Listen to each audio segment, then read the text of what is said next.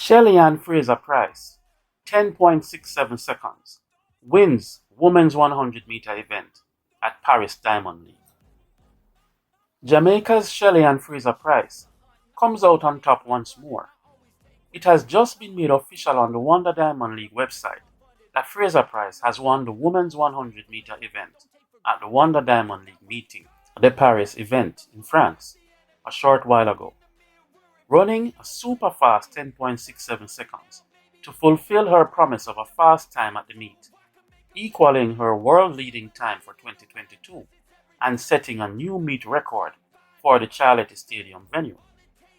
I did not watch the race myself as video of the meeting is geo-blocked in my country, but luckily the results are posted instantly on the results page of the Diamond League website and is now also available on other sites like Olympics.com. That is how I can be here telling you of the result. Jamaicans around the world and Fraser Pryce fans in general, wherever you may be on the globe, should be applauding this phenomenal athlete right now, as she continues to prove at age 35 that age is just a number, and also proving for the female athletes that having a child doesn't mean the end of your career. Today, Daryl Nita of Great Britain also ran a great race. Not enough to put much pressure on the Jamaican, but enough to clock the fastest time she has run at the distance this season.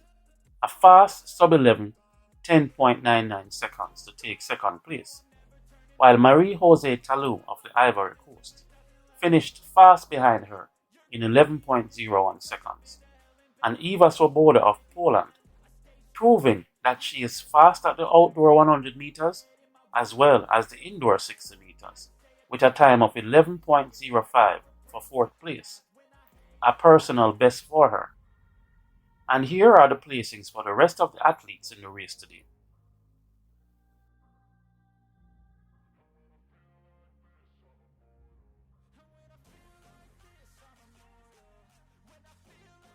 Congrats to Fraser Pryce on her win today.